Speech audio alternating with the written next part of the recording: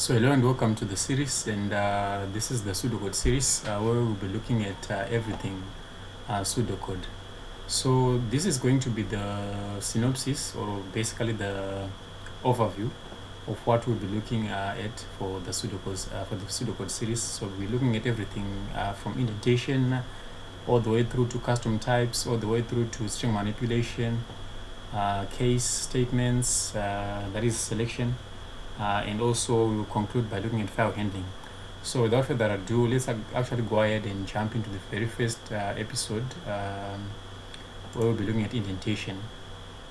So indentation, when we are writing pseudocode, indentation, maybe let me just zoom in a little so that you can see better. So indentation is used to show belonging when we are writing pseudocode.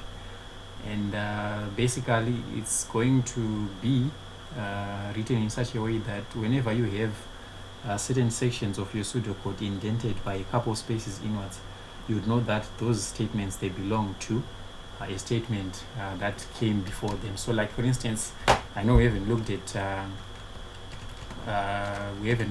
any of these constructs. Let me just give you a snippet right here. So you can have something like this. Right, so this is what's typically what a repeat until loop would look like.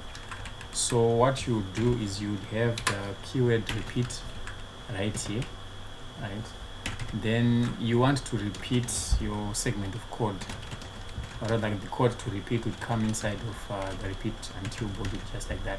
So essentially, you see where I indent my comment right here. You see that I've indented by about 4 spaces there. So it means that this code to repeat essentially belongs to the repeat clause right here. So that's what we mean by indentation is used to show belonging.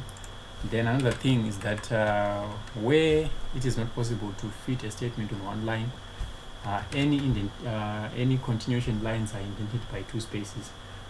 In cases where the line numbering is not used, this indentation may be omitted.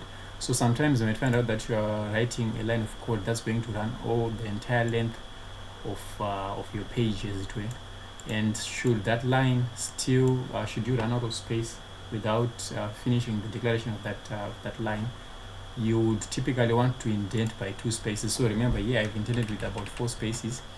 So essentially, if suppose this was going to be a continuation for this repeat, right, and I've run out of space, so what I would do is I would just indent by about 2 spaces there. So you don't want to indent all the way like this, but you just want to indent by about 2 spaces so that it shows that it's continuing on to the next line. So yeah, I think that's just about it for indentation. That's just about it for this episode also. I'll see you in the next one.